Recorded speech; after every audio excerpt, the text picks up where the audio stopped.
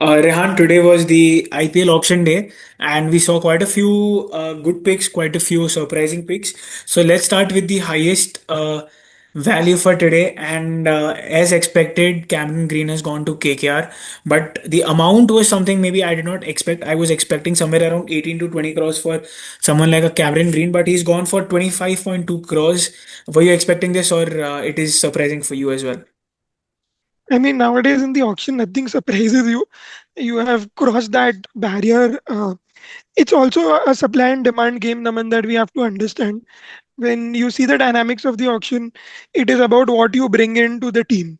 And what I see Cam Green bringing in, although he is not a bankable four-over player, but he is someone at the top of the order who can bowl a couple of overs, pace up. So I feel that that is something that is limited in the auction pool.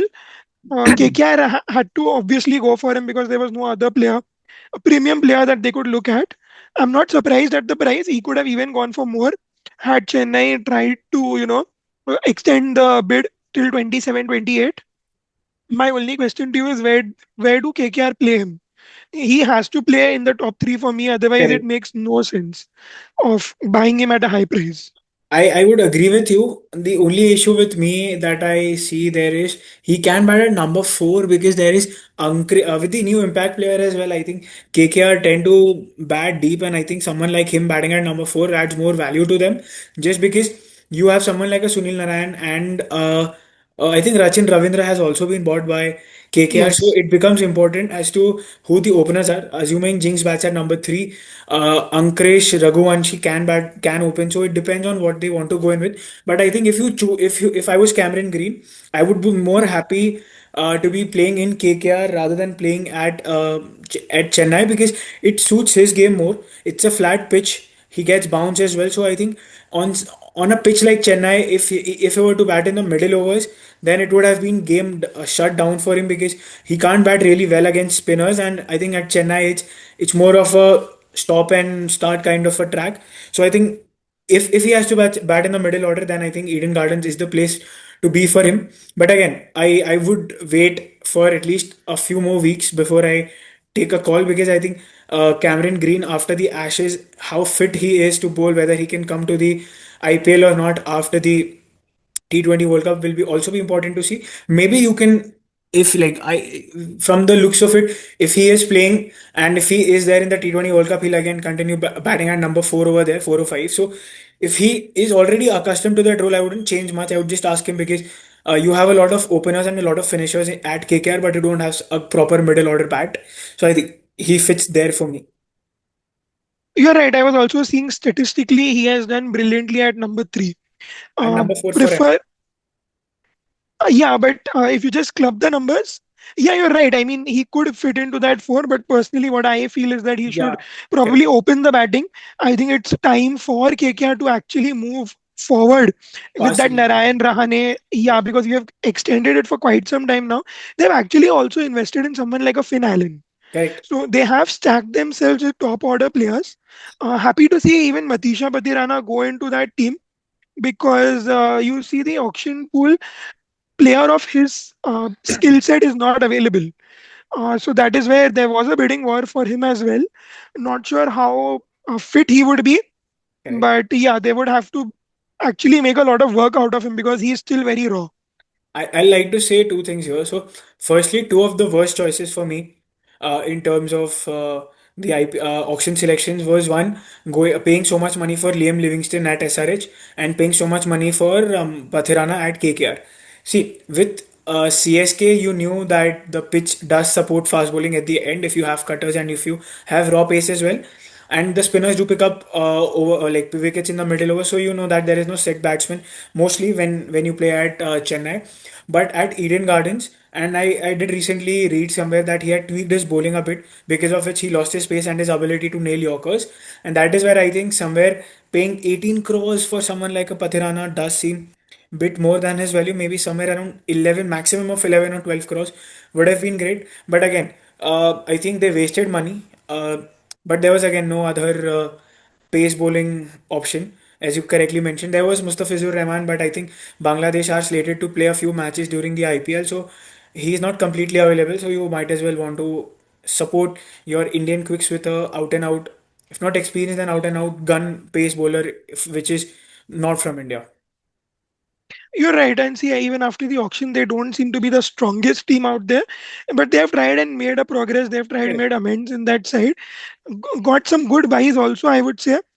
Quality buys. I think Finn Allen was a very cheap buy for them. Agreed. You will also see Patirana play most of the games for them. And you're right, maybe Mustafizur can be a good backup Yep. for them with the cutters and all. He has that experience with him. So, yeah, they have also taken a couple of Indian pacers. So they'll figure it out. And spin wise, of course, they were always sorted. So they never really required any proper spinner going into this. And finishers also, they obviously had Rinku Singh, Ramandeep, and all these players. So overall, they have now what you can say a balanced side. Correct. And I think the second worst pick for the auction would be Liam Livingston. If you had the option of picking him up for 2 crores in the very first round, चलो तुमने bid कर लिया, कोई और भी bid करेगा, ज्यादा से ज्यादा 7-8 करोड़ जाएगा, क्योंकि लोगों को वो टाइम पैसे बचाने थे दूसरे प्लेयर्स के लिए। तुमने 13 करोड़ ऐसे प्लेयर को दिया है जो ना रन बनाता है ना विकेट लेता है, जस्ट एक ऑलराउंडर का तुम्हारा क्राइटेरिया फिट करता है। तो फिर तुमने ग्लेन फिलिप्स को जाने क्यों दिया फर्स्ट ऑफ ऑल, जब last year. Yeah, so I I don't think, know. It didn't make sense to me. He's like the English Glenn Maxwell. yeah, and I would now from Liam Livingston in the pre-match, in the pre-auction video, we had like predicted that he could be a pick for CSK, and now I would like to move the discussion towards CSK. You are a CSK fan. I would like to ask you, was it a terrible day? Was it a surprising day? Because they were not active in the first half of the auction at all. It was a bit surprising, if I can put it that way. If I can sum it up, they tried to make amends at the second half of the auction. Um, Very unlike CSK is what I would say, because they have invested close to 30 crores in an unknown commodity Yep. in two players. They have invested 14.2 in both those players. You're not too sure whether they would step up. They are very young. One is a 19-year-old wicketkeeper batter from Rajasthan, Karthik Sharma. The other is a 20-year-old, Prashant Veer, kind of like a Jadeja replacement. But see, we have had people in the past who have come up, uncapped players, who have got an opportunity. Some of them have done well, others have actually looked very ordinary. So it was very surprising for me to see CSK actually preferring younger, inexperienced players rather than experienced ones. But yeah, they had some good day with in the office with the buy of Matt Henry, Sarfaraz. Akhil Hussain was also, I mean, it could have been avoided, but I see where they come from because they need a spin bowling option in the power play if required. I was actually surprised that they didn't go for a death bowler because they were high on Mustafizur Rahman, but they seem to be out of budget for Correct. him. But yeah, that is where I feel that they are still light. But the most surprising call for me was to not go for Ravi Bishnoi at all, and Hmm. to go for someone like a Rahul Chahar who's not performed that well. Plus, I think Ravi Bishnoi is adds more value as a fielder as well. So apart from those, I think one good thing for me from a neutral perspective, you can say so, was I could read the auction dynamics playing out next year as well, and I see MS Dhoni playing next year's IPL as well with this current auction, because CSK is not going to do well, and MS would want to go out on a high, and that is why I think with this current team, which is so young, I think MS has at least 2 years for him to mentor, and when the next mega auction comes up, you might as well not see Dhoni. So I think good news for CSK fans is that MS is going to play for at least one more season after this season. So One, yeah, if I can just add, there is one very surprising buy also that CSK made was that of Matthew Short. I hmm, mean, it was very confusing to me. Matthew Short is primary and opener. Uh, why would you choose him when you have three top order players agreed. who are going to play all the games for you? I mean, Ruturaj, Samson, and Matre. Urvil Patel is also a top order player. I mean, I didn't make sense Yes, of that buy. completely agreed. They And could one have more. picked someone like a Miller, is what I would have told Yes, you, yes, because there was no finishing option apart from the and finisher who's finished. you would have got him for a steal deal. But I'm not sure why they did not go after him. But yeah, very confusing if you're a CSK fan. I don't know how But they're going to make their 11. would you be happy with the purchase of Sarfaraz Khan? Yes and no, because I don't see him fit into the lineup.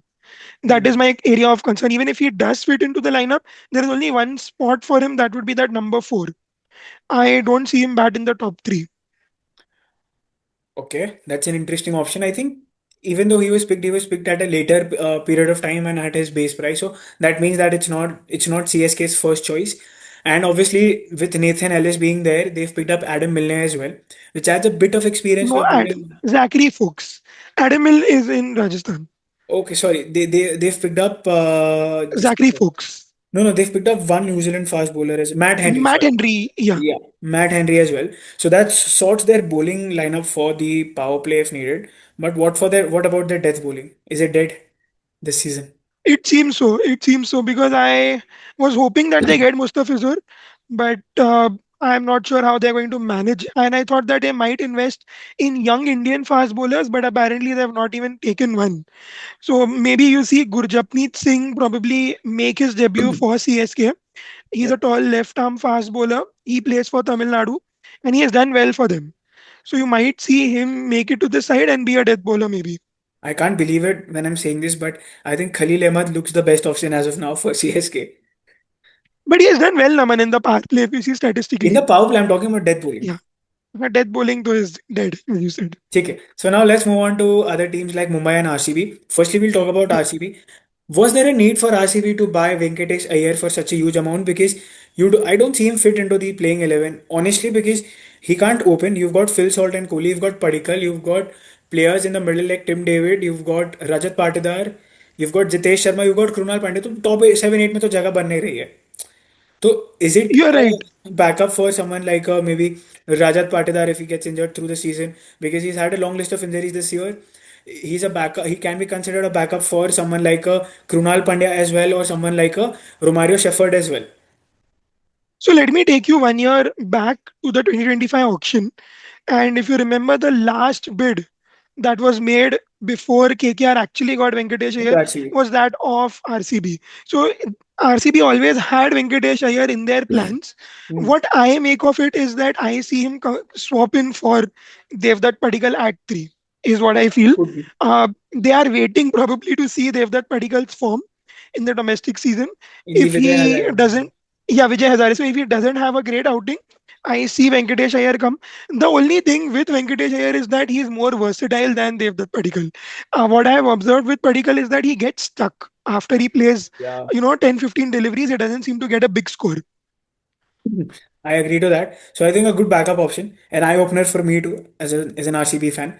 I hope that I don't see him this season on the ground when I go for the matches, but please, yeah, Just one interesting thing yeah, before I close RCB, Mangesh Yadav, uncapped player that they got for 5.2, is a great left arm bowler, and I think that's a pretty like to like replacement for someone like a Yash Dayal. So they can get into the side. Overall, they have done fairly well and invested in a lot of Indian players. You saw them get a couple of 30 lakh base player correct. for their team, so they would like to have that backup. Jacob Duffy was also a very good buy, Yep, I could be agree. a backup for Josh Hazelwood. But I just don't like Jacob Duffy because my perception for him died when Rohit Sharma tore into him in the Champions Trophy final. So I still feel that he's not a good buy. But yeah, he's currently the number 2 ranked T20I bowler. So I think on Chinnaswamy pitches, if Josh is not there, so I think it becomes a better option instead of Kylie Jamieson or someone like that because obviously there was a shortage of fast bowling options. So as far as I see, I think it's again the core is the same. The backups are still not there, but I think the core makes up for it. Now coming to Mumbai Indians, you have to agree that apart from their auction dynamics, they are comical as well. I think when Cameron Green's name was announced, the first person to raise the paddle was Mr. Akash Ambani. It was comical. But now let's go to the point where they've, I think, had the best deal of the entire auction. They've picked up Quinton de Kock for 1 crore. I mean, that was very bizarre, actually, Yeah, if I can put. The reason being that I don't know whether teams are actually watching cricket or not, because how could no one bid for Quinton de Kock? right. I mean, that was the steal of the day for me, because a quality player, experienced player, just going at a base price of one. That credit to Mumbai for that. They want to replicate that 2020 Correct. season where they were actually undefeated. I see him directly make it to the 11 ahead of Rickleton. Agreed. I agree to that. No questions asked. But it kind of reminded me of the 2021 IPL auction where Chris Lynn was the first pick, and Mumbai Indians just bid for him for 2 crores, and there was no one else. They just what everyone was clapping that, oh, it's a steal deal. I mean, if you were using brains, you could have also bid, man. Yeah, that made no sense to me as well. But I think Mumbai Indians, the team does look even stronger after the auction and after the players that they've traded. They've got in Sharfin Rutherford, they've got in Shardul Thakur, they have Deepak Chair, they've got Trent Bolt, they've got Jasprit Bumrah, they've got Hardik Pandya, they've got Satner, they've got Karan Sharma, they've got Tilak, sky को तो नहीं गिनते छोड़ अच्छा IPL में तो अच्छा खेलता है ठीक है Rohit is in form so I think I would back Mumbai to win this season strongest team I Yeah, very without any strongest doubt team. Yeah, strongest team without any doubt because they have that pedigree in the Indian. Plus उसमें नमन धीर भी है Mm. the designated finisher of slip cord. Okay, now going on to I think the Rajasthan. worst. Yeah, Yeah, Rajasthan. You're going to go to Rajasthan. I think they have made a lot of bids initially. If you saw, the best one out of the lot would be Ravi Bishnoi. I think you would agree to me on that because they desperately needed that spinner, which they were lacking last season, which Hasaranga couldn't actually do well for correct. them. They needed someone like a leg spinner or Chahal type of a bowler. They have Bishnoi. He's a great fielder also, as you They've mentioned. got Riyan Parag as well. You tend to forget best players, man. But yeah, overall they have also done pretty well. They have got Correct. Adam Milne, that he could be a backup for Jofra Archer. Kuldeep Sen Agree. again comes back to the side. He's played for Rajasthan previously, done well. So overall, they have done very well. I They agree. would be happy with the auction that they had. Okay, one question for you. They've brought in a lot of players, but I don't see any captaincy material. So, of all the current players that you have, who becomes your captain for this year's IPL? If you ask me personally, it should be Jaiswal, but knowing Rajasthan, they'll make Riyan Parag. For me, it should be Jadeja because I think although he did leave captaincy from CSK, but there were rumors that he did ask for captaincy as one of his clause for the transfer. But even if it is not that true, Riyan Parag as a captain performed pathetically last season when he was made an interim captain when Sanju Samson was not fit. So I would like Jadeja to be the captain for 2 years. Once the mega auction is there and he decides to retire, Jaiswal can be the center pick and the entire team can be built around him. The vice captain can be someone like a Yashasvi Jaiswal, but too again I agree with you. Too early to put the entire load on Jaiswal's shoulder because he's still fighting for his place in the T20 World Cup. You're right, but if you look at Rajasthan, you would agree with me. They got the job done. I mean, not many holes to fill. They would be Correct. happy. The overall squad does look better than at least the last year. They don't have any standout players, but they've got a squad that fits for like for every condition. They've got a player who can win their match.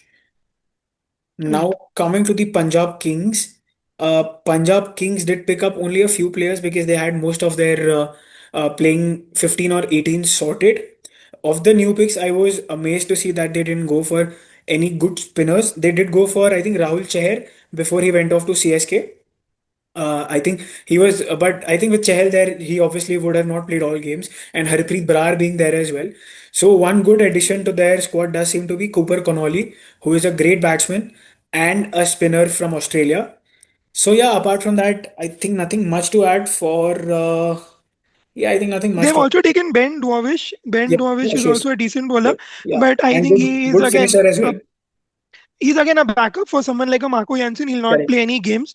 But Cooper Connolly is definitely an upgrade on Glenn Maxwell. I see him bat at the top, maybe. He could be one of those players who can actually make a difference. So, overall, good from Punjab Kings also, if you see. I was not happy with them going for Rahul Chair. It did not make any sense.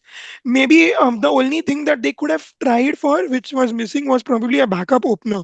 I was looking at players like Conway or Rachin maybe going to their side or an Australian opener maybe, but didn't seem to be the case.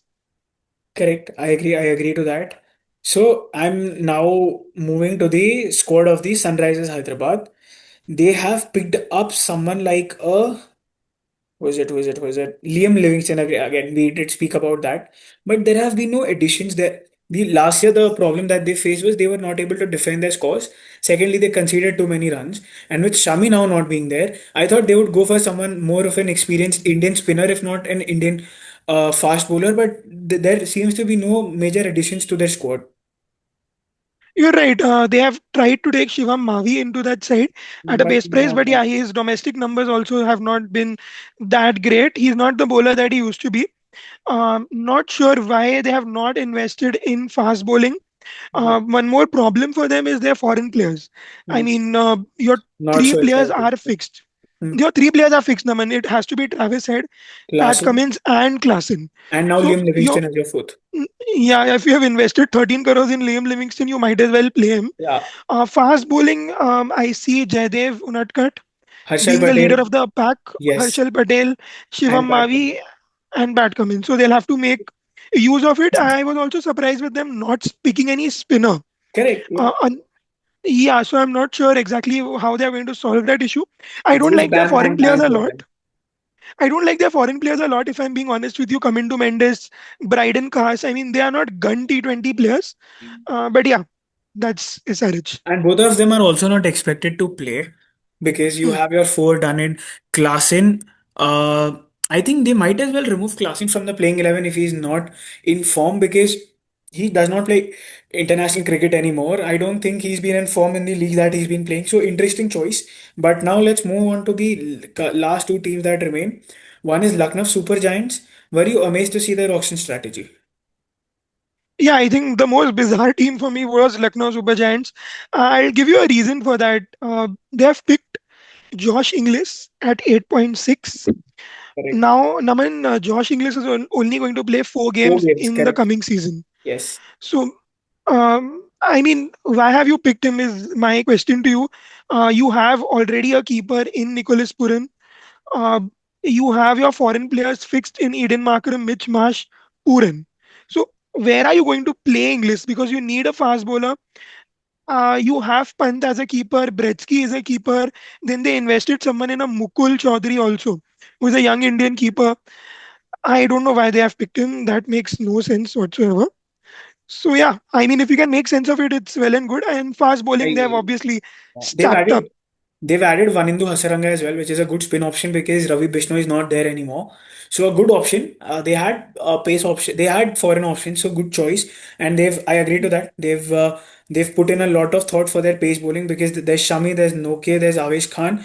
So there's Mayank Yadav, there's Mohsin Khan. So I think it'll be more of pace heavy bowling. But now let's move to Delhi Capitals. The last team, I think on the call you did ask me if Prithvi Shaw would be going anywhere, and I said no, and you said Delhi might pick him up, and that's exactly what happened. So I would like you to close the last team and the video. Hey, there's one more team actually pending. That is Gujarat. Gujarat. But yeah, we'll come to Yes. that. Happy for Prithvi Shaw and Sarfaraz both. Firstly, that they got an opportunity. Shaw might not play, is what I feel. They have kept him. Correct. But yeah, he is a hurt tiger, I would say. Pathum Nissanka was a great buy for me. Good player, top of the order. Uh, yeah, overall they have done well with their fast bowling as well. They have had Kyle Jamieson at the very end. Ngidi is another great buy. So I think Delhi have been brilliant. Ben Duckett did not make sense to me, David but Miller. yeah, over David Miller also did not make sense to me. But I think if Probably they've for picked, yeah, they've picked, I think he Donovan should play. Ferreira. Yeah, but But Naman, your four foreign players then become a bit of a challenge. see, there's Stubbs. There Hmm. is someone like Stubbs. Yeah, और तो कोई नहीं था. Stark, There's Stark. Stark hai. हाँ, Then I think you कोई नहीं. might play. Uh, Either of yeah, Jamieson then or you play. Chamira, and then yeah, Miller, right? कोई नहीं और. Yeah, you're right. So they'll not play Duckett according to you at the Yeah, top of the they order. won't. No, they won't. Then that makes sense. They have experience in Miller. He's a quality bat. Yep. Yeah, but overall they have done very well. I think, yeah, I agree to that. So now let's move on to the last team, Gujarat Titans. Didn't have much to choose or much to spend as well, but they did like overall, it does seem to be a decent team at the moment. Do you want to go into the details of who they picked or who they didn't? Not much details, but I was very disappointed with them because they gave away Shafin Rutherford and they've actually got someone like a Jason Holder. For 7 crores, So that too. 7 crores. He's not even been playing for West Indies. Correct. He's just been playing the ILT20s. He's doing fairly okay. Yep. So they would be very disappointed. I don't know how they're going to fill that 4-5 spot. But yeah, let's hope that they make an 11 out of it and go on to at least perform well. So, guys, that's it from our end. We've analyzed it pretty quickly. The auction just got over an hour ago, but the slip caught in your family, the ones that you truly trust with all the cricketing knowledge that you want to consume from, has done a thorough analysis on what the teams have stacked up with. And I think Mumbai does look the most strongest team, if I can say that, and the worst team does look CSK. So, thank you for joining, and Rehan would be upset, but that's how it is. Thank you for joining. We'll be back tomorrow with the Ashes. Bye bye.